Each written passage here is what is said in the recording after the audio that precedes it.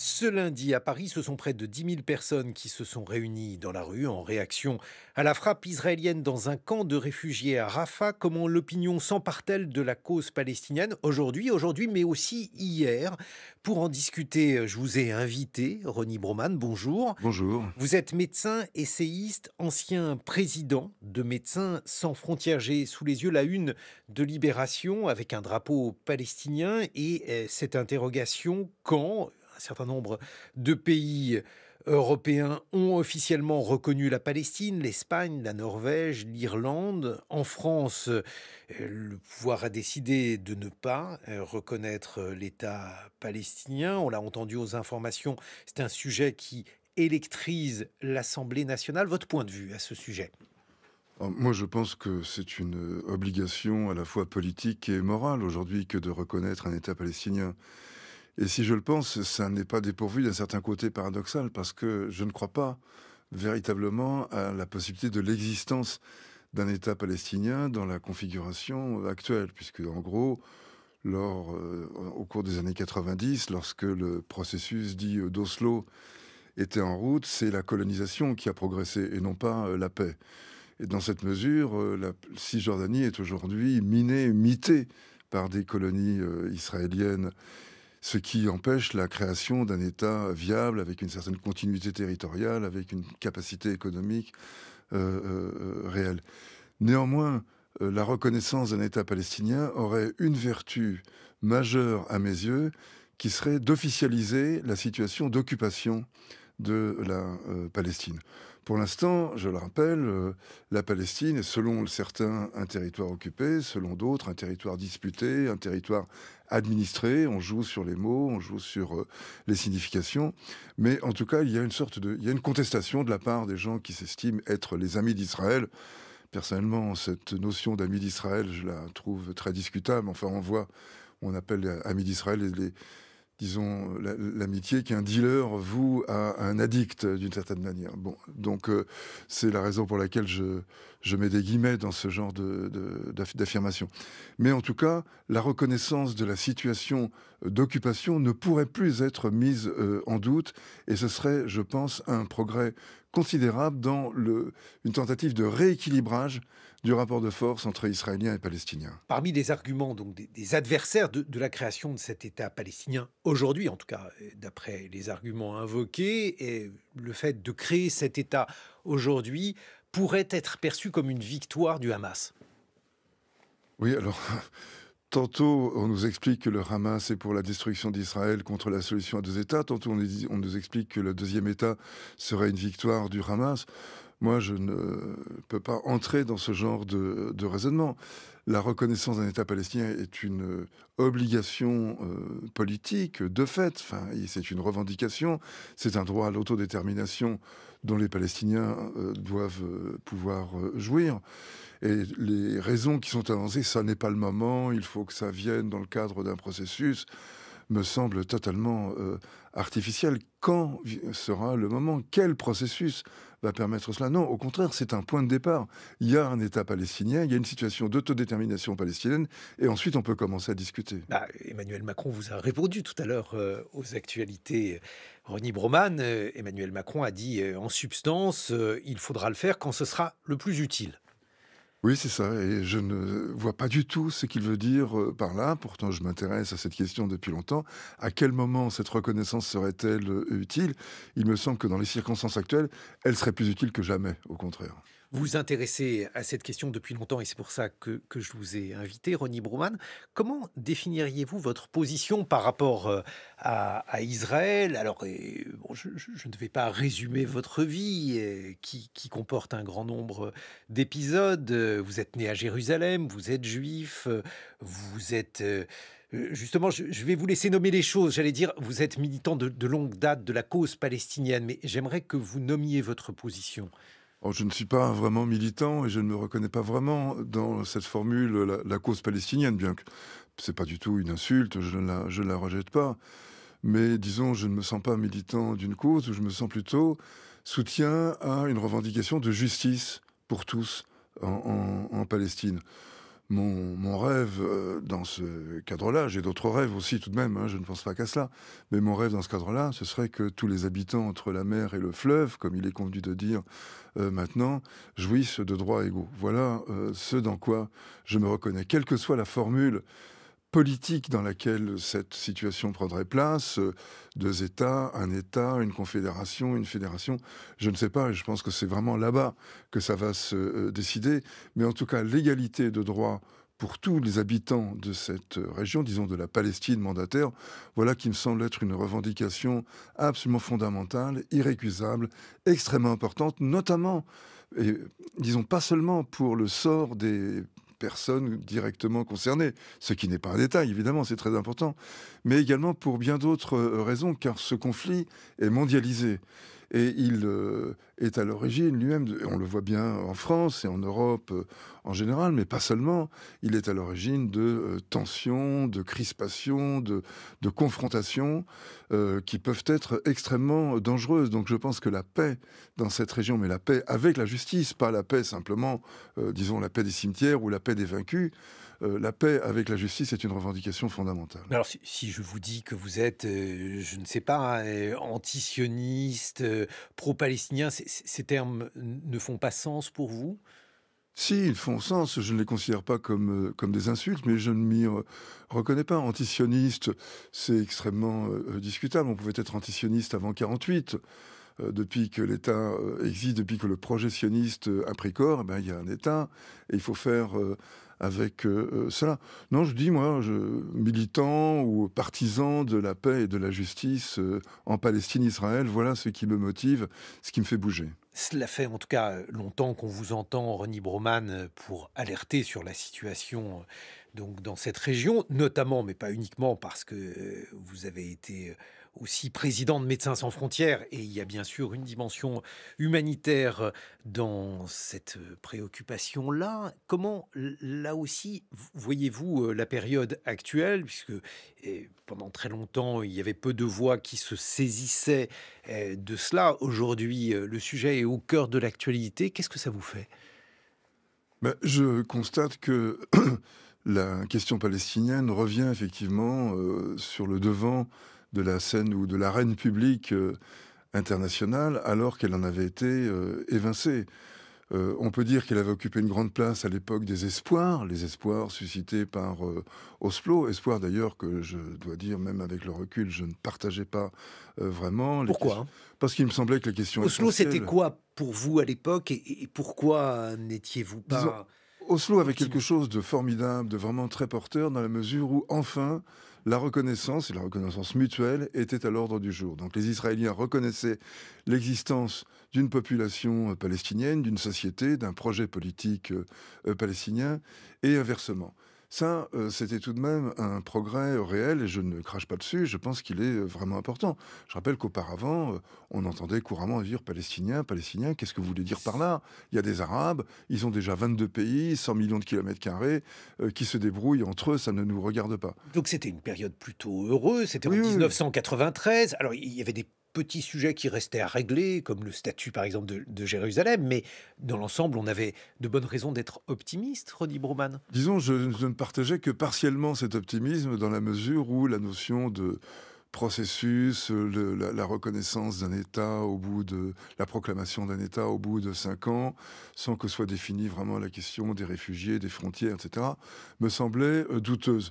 La suite, malheureusement, m'a donné raison. Les sceptiques ont parfois de bonnes raisons d'être sceptiques. Les choses auraient sans doute pu évoluer autrement, mais en tout cas, disons que l'histoire a donné raison aux sceptiques. Toujours est-il que, avec le tournant des années 2000, avec les attentats du 11 septembre, avec l'arrivée d'Al-Qaïda au premier plan, et disons des questions de terrorisme, la question palestinienne a été totalement scindée de la perspective ouverte sur Israël. Ça, je pense que c'est la grande victoire disons, des conservateurs israéliens ou de Netanyahou, Bah, et il y a eu d'avoir aussi les intifadas. oui, oui, il y a eu la seconde intifada, en effet, au début des années 2000, mais elle a été plutôt rangée du côté du terrorisme et de la lutte contre le terrorisme que du côté de la revendication. Ça se comprend d'ailleurs. C'est essentiellement des attentats suicides.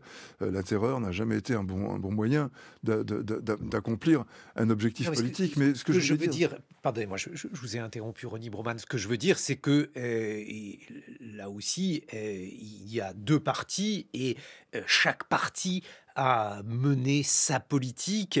L'échec est un échec mutuel, sauf si vous considérez que c'est un échec unilatéral qui n'est lié qu'à la politique de l'État hébreu.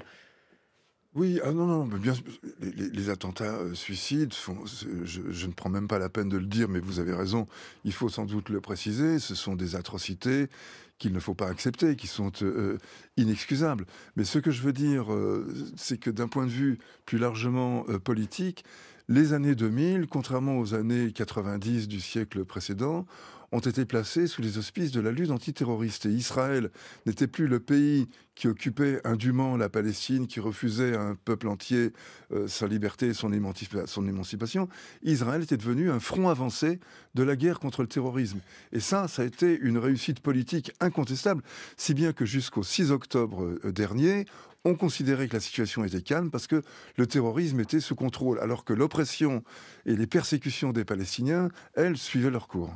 Bien sûr, il y avait effectivement un silence, ou en tout cas le fait que cette partie du monde était moins dans l'actualité. Mais pour revenir à ce que vous venez de dire, mon idée n'était pas du tout de vous faire dire que les attentats suicides étaient des atrocités, puisque cela allait de soi venant de vous, Ronnie Broman. Non, c'était plus une question de juger la gouvernance des deux parties. C'est-à-dire qu'on a la sensation que de part et d'autre, eh bien, bon, mais ces entités n'ont pas été gouvernées de la meilleure façon Ah pour non, aboutir à la paix. en effet, c'est le moins qu'on puisse dire, mais je me refuse à symétriser, si j'ose le néologisme, enfin à considérer comme symétriques les positions des uns et des autres. Il y a un occupant qui a à peu près tous les pouvoirs et il y a un occupé qui n'en a que très peu.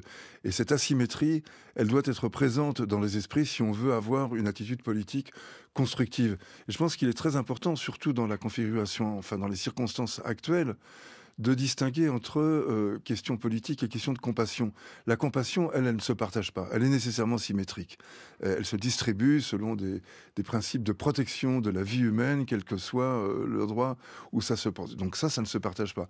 En revanche, sur le plan politique, considérer qu'on est dans une situation équilibrée et avec des torts partagés de chacun des côtés, ça me semble être une déformation totalement biaisée de la réalité. Ronnie Broman, on se retrouve dans une vingtaine de minutes pour évoquer à la fois la question palestinienne dans l'actualité, ce qui se déroule à Rafah. Je vous demanderai en tant que médecin humanitaire de me donner également votre sentiment. Vous serez rejoint par un doctorant au Centre d'histoire de Sciences Po, Thomas Méneuil. Il travaille sur justement la cause palestinienne dans l'opinion publique française. 6h30, 9h, les matins de France Culture. Guillaume Erner. Oui, vous avez évoqué les conséquences politiques en France, donc politique intérieure de ce conflit moyen-oriental avec la situation notamment à Gaza. On en a parlé avec Ronnie Broman, mon invité, médecin essayiste, ancien président de Médecins sans frontières. Et nous accueillons Thomas Méneux. Bonjour. Bonjour. Thomas Méneux, vous êtes professeur d'histoire-géographie, doctorant au Centre d'histoire de Sciences Po. Vous consacrez justement votre thèse à l'histoire donc de la cause palestinienne en France. Ronnie Broman, une réaction à ce que vient de dire mon camarade Jean Lémarie. Oui, moi j'étais frappé par le fait que la sanction qui s'est abattue sur le député qui a brandi ce drapeau palestinien est en effet la plus lourde qui est prévue par le règlement. Et ça me paraît à nouveau, j'allais dire incompréhensible, non, vraiment choquant. En fait, on débat à l'Assemblée d'une question qui a trait précisément à la reconnaissance d'un État palestinien. Certes, les règles de comportement sont assez strictes à l'Assemblée, on le comprend, il faut maintenir un peu d'ordre exemplaire, mais enfin, ça n'était quand même pas hors sujet. cette question-là. Et voir donc s'abattre cette sanction, bon, elle n'est pas non plus terrifiante, c'est 15 jours, point. Mais enfin, symboliquement, là aussi, il y a quelque chose de fort, puisque c'est la sanction la plus dure. Eh bien, je trouve que ça s'inscrit dans un cadre général de censure, de muselage, de retenue de la parole, et des gens qui sont poursuivis pour apologie du terrorisme, des manifestations qui sont entravées, bref, tout ce qui relève de la solidarité avec les Palestiniens, avec la question palestinienne, est frappé de soupçons systématiquement. Et ça, je pense que c'est extrêmement problématique aujourd'hui. Thomas Méneux, sur la longue durée, comment les choses se déroulent-elles? Alors, votre thèse, elle porte jusqu'à la fin des années 80, donc là, vous devez, j'imagine, réfléchir à un chapitre supplémentaire, mais si on essaye de replacer ça sur la moyenne durée, que diriez-vous? Oui, on est dans une forme de continuité avec ce qui se passait dans les années 70-80. Il y a toujours un mouvement de solidarité avec les Palestiniens. Il y a des manifestations à chaque fois qu'il y a des soubresauts au Moyen-Orient, que le conflit devient de plus en plus violent. Donc, il y a des traits qui sont communs avec ce qu'on a connu par le passé en France. Après, évidemment, la situation actuelle est quand même très préoccupante, dramatique.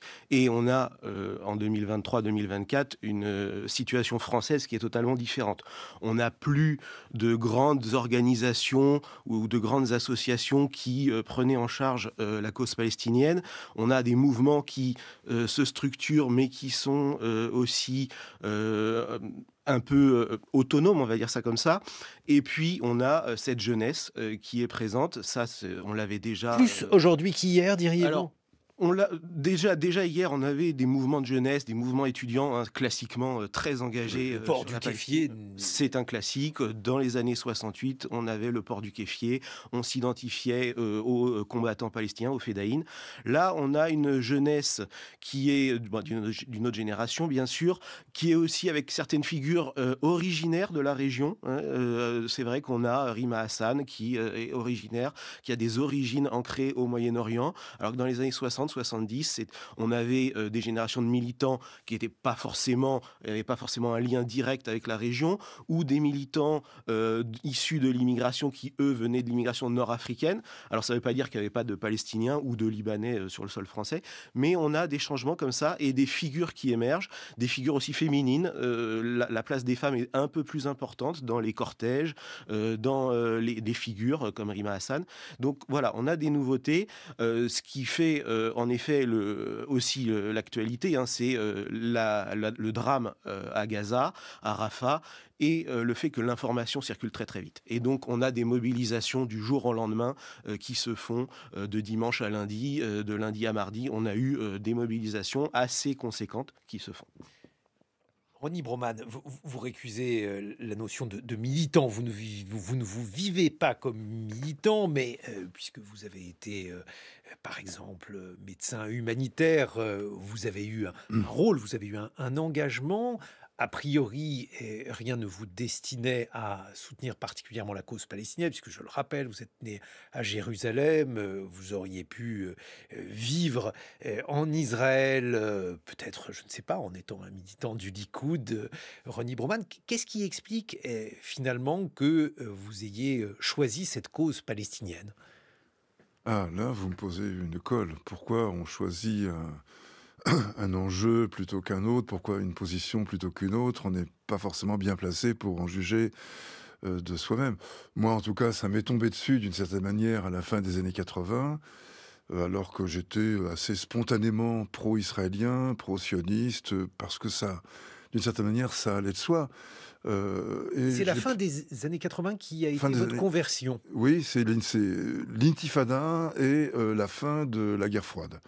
La fin de la guerre froide, ça signifiait la fin disons, d'un certain type de propagande. Pour moi, les Palestiniens, c'était une création propagandiste soviétique, communiste, et je m'aperçois avec l'intifada que ça n'est pas le cas. Et puis je vois le film d'un certain Eyal Sivan, qui par ailleurs est mon cousin, un Israélien, lui antisioniste, qui se réclame de la tradition politique antisioniste, et qui fait un film sur les usages de la mémoire en Israël, qui s'appelle Iskor. Iskor, ça veut dire souviens-toi en hébreu, et le sous-titre, c'est les esclaves de la mémoire.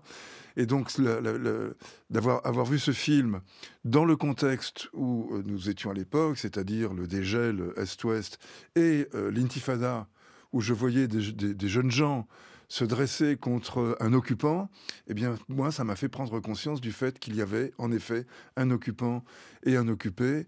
Et j'ai retrouvé là, peut-être, des réflexes un peu plus jeunes. Je me situais plus spontanément du côté de l'occupé que du côté de l'occupant, du jeune jeteur de pierres que du soldat surarmé qui était visé par ces pierres. C'est comme ça que je me suis, disons, que j'ai bougé dans mes positions politiques. J'en profite pour dire tout de même que la question palestinienne n'allait pas de soi. Enfin, j'écoutais attentivement ce que vous disiez. Par Ce que exemple, disait Thomas moi, Müller. dans mon expérience, les années 70, c'est le Vietnam et l'Afrique du Sud, plus que la Palestine. Je ne doute pas que la Palestine ait joué un rôle important, mais nous n'avions pas conscience. Parce que, justement, comme vous le disiez très justement, les moyens de communication étaient très différents. 48-67, 800 000 Palestiniens déplacés, enfin chassés, expulsés en 48, 300 000 en 67, mais c'est passé inaperçu. C'était des guerres israélo-arabes. Le petit Israël se défendait contre le mastodonte arabe. C'était David contre Goliath. Et les Palestiniens expulsés étaient passés par profits et pertes. Aujourd'hui, ils représentent une conscience douloureuse, une conscience souffrante, mais une conscience très très lourde, très importante. Et ça compte beaucoup. Et personnellement, moi, cette conscience-là, elle m'est venue à l'esprit en 89-90. Thomas Mesneux, alors je ne vais pas vous demander si Ronnie Broman est statistiquement représentatif des mobilisations pro-palestiniennes, mais ce mouvement, il se construit comment? Parce qu'il naît à gauche, à l'extrême gauche. Comment évolue-t-il? Oui, alors, à partir de 1967, de la guerre des 6 jours, on commence à prendre conscience qu'il y a une réalité de ceux qu'on n'appelle pas encore les Palestiniens ou le peuple palestinien, qu'on va appeler les réfugiés arabes de Palestine. Et dans certains mouvements d'extrême gauche, mais pas seulement, dans le maoïsme, dans le trotskisme des années 68, on a cette cause palestinienne qui, comme vous le disiez, elle s'intègre à un ensemble de causes tiers-mondistes, anti-impérialistes. Ça va être le Vietnam, ça va être en effet l'Afrique du Sud, ça va être avec les Black Panthers aux États-Unis.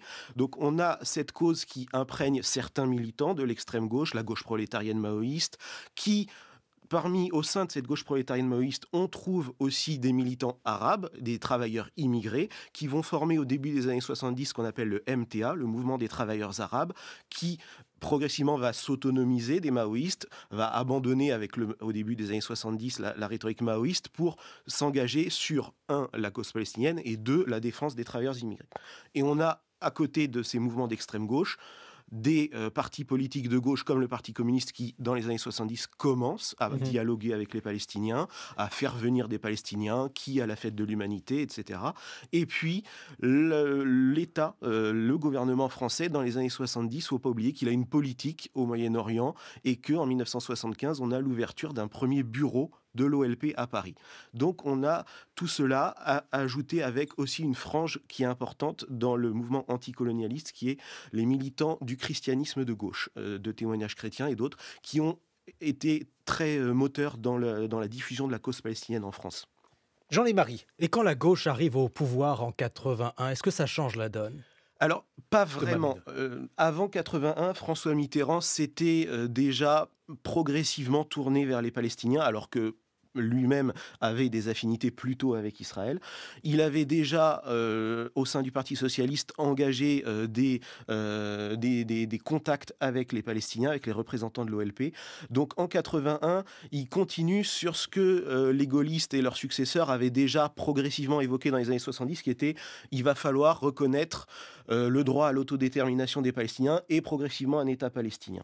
Alors, là, le fait est qu'en 81, quand Mitterrand est élu, l'année suivante, mars 82, premier voyage d'un président de la 5e en Israël, et là le discours à la Knesset devant les parlementaires israéliens où il dit qu'il faut qu'ils reconnaissent les droits des Palestiniens à avoir un État, là c'est important parce qu'il le dit officiellement dans un voyage officiel.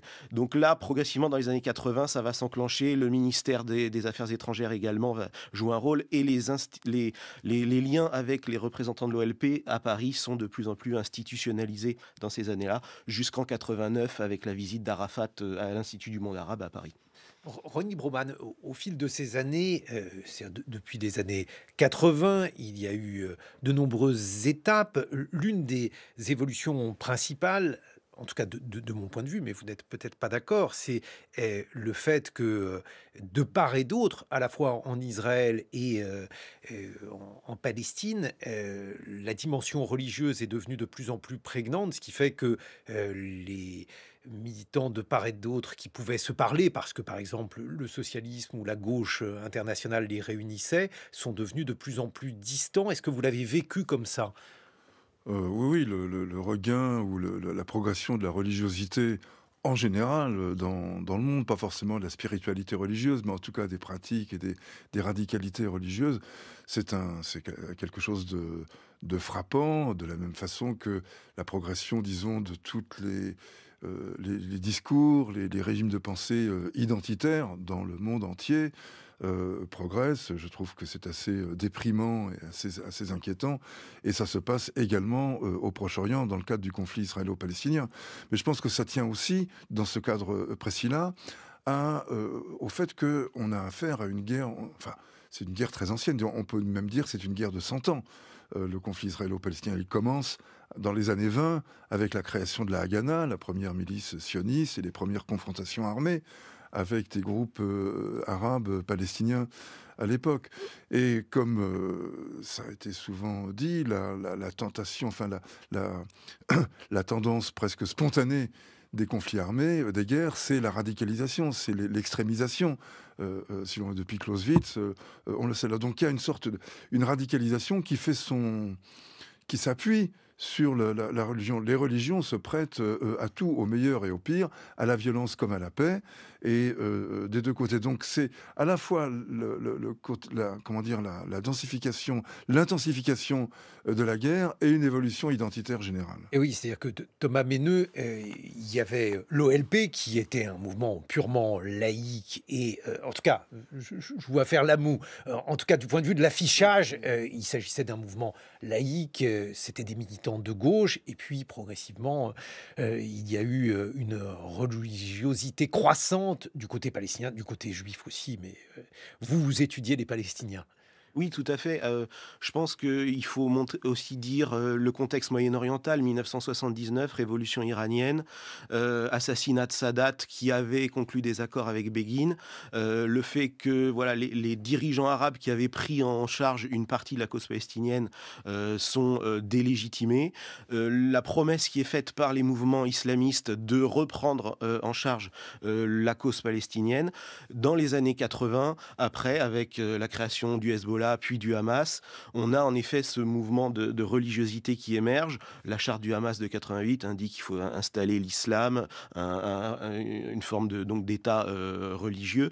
Donc oui, clairement, dans les années 80, le religieux fait une forme de retour sur scène qui peut-être, avec la situation actuelle, quand même atteint ses limites. On le voit, le Hamas, on verra bien ce qui va se passer, mais peut-être que justement l'idée d'un mouvement islamiste qui a pris en charge la cause palestinienne va peut-être prendre fin avec une forme de délégitimation. Ça, on le verra.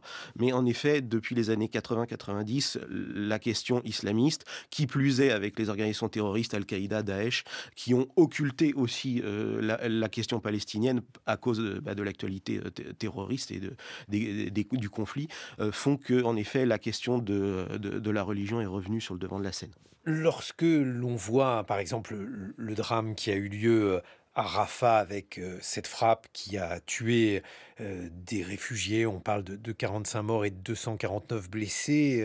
Ronnie Broman, est-ce que vous dites que c'est une tragédie au sens où finalement, originellement, il y avait en germe ce type d'aboutissement, c'est-à-dire cette guerre débutée le 7 octobre ne pouvait qu'aboutir à cela? Mais ça n'est pas un aboutissement, c'est l'ordinaire de cette guerre depuis maintenant près de 8 mois.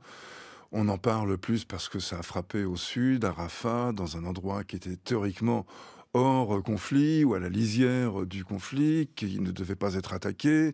La Cour internationale de justice avait fait cette annonce interdisant à Israël, enfin interdisant entre guillemets à Israël. Bref, il y a toutes sortes de circonstances qui font qu'on a prêté plus d'attention. Mais enfin, c'est l'ordinaire, c'est le quotidien. Quand on utilise des bombes d'une tonne pour aller traquer un groupe terroriste, on ne doit pas s'étonner qu'il y ait des dégâts terrifiants de ce type-là. Donc oui, c'était absolument prévu. D'ailleurs, ça avait été prévu, y compris par les Américains, par les alliés d'Israël, qui avaient dit à Israël, si vous attaquez, il va se passer des horreurs. Eh bien, ces horreurs se passent. Mais moi, je les vois comme en continuité et non pas en rupture avec ce qui s'est passé auparavant.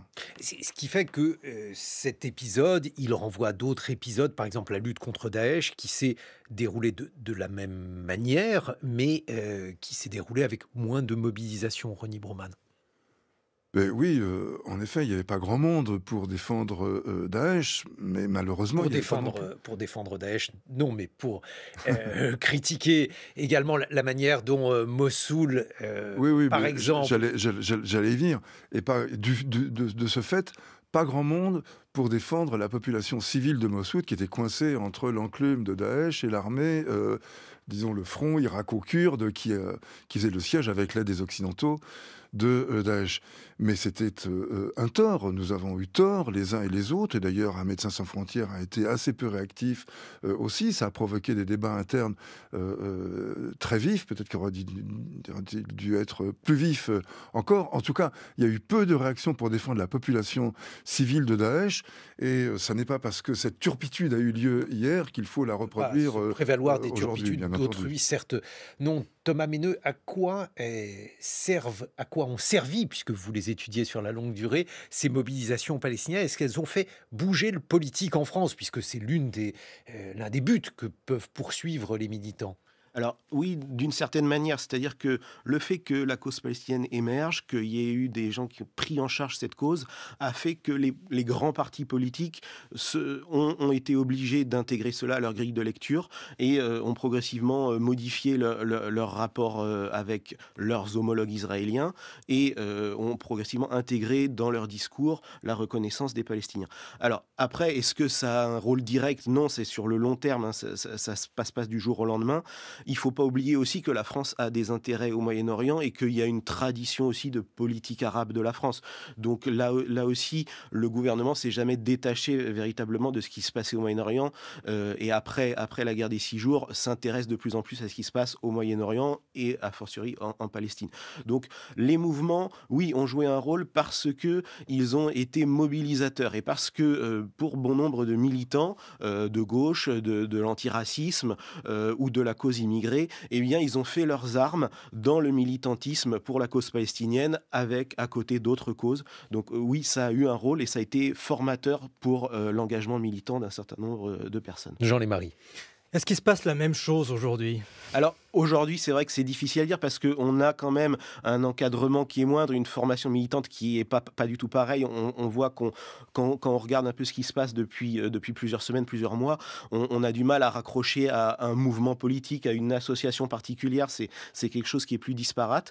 Donc c'est vraiment difficile de dire aujourd'hui si c'est structurant. Après, ce qui est une continuité, c'est que la cause mobilise une partie de la jeunesse, mobilise une partie des étudiants et ça fait partie, non pas d'un passage obligé, mais ça fait partie d'un corpus d'engagement qui est constant depuis les années 60-70. Ronnie Broman, il y a bien sûr une réaction d'Israël, du gouvernement et notamment de l'armée israélienne qui reconnaît une frappe accidentelle, terrible, avec une enquête qui est menée. Et puis plus généralement, il y a un discours qui consiste à dire c'est une guerre et dans une guerre, on peut limiter les choses, mais on ne peut pas les annuler, on ne peut pas les supprimer, on ne peut pas supprimer ce type de drame.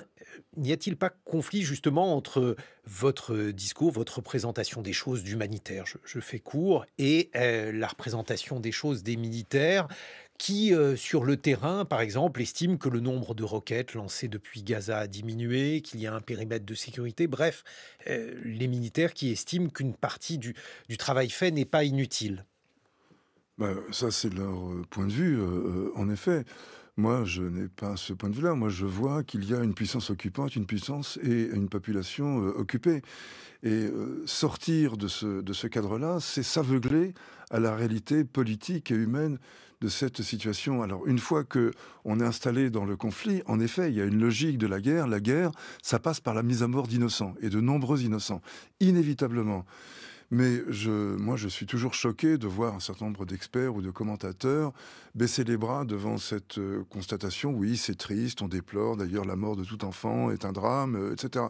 Oui, mais ça, ce sont pour moi, de véritables tartufferies. Car le problème, c'est qu'il y a un occupant à qui, en plus, on reconnaît le droit de se défendre contre l'occupé, en oubliant que c'est l'occupé qui a d'abord le droit de se défendre.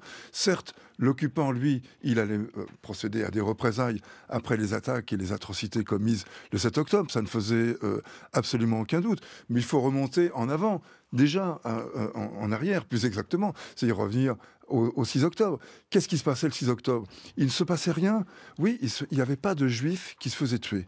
Voilà le calme qui régnait au Proche-Orient. Mais il y avait des Palestiniens qui se faisaient tuer par centaines, des gens expulsés par milliers, des gens harcelés par milliers en Cisjordanie, comme d'ailleurs à Gaza, mais surtout en Cisjordanie. Et j'en profite pour dire qu'en général, quand on parle du calme au Proche-Orient, enfin dans le cadre du conflit israélo-palestinien, ça veut dire qu'il n'y a pas d'Israéliens juifs tués. Mais le fait qu'il y ait des gens dépossédés, harcelés, assassinés de l'autre côté, semble passer là aussi par profit et perte. Donc non, il n'y avait pas un calme, il y avait déjà un conflit avec des milliers de morts, avec des dizaines de milliers de blessés, et dont celui-ci prend la suite. Merci Ronny Broman, médecin essayiste, ancien président de Médecins sans frontières. Merci beaucoup Thomas Méneux. Je rappelle que vous êtes doctorant au Centre d'histoire de Sciences Po. Donc dans quelques mois, on aura la possibilité de lire votre thèse. Merci.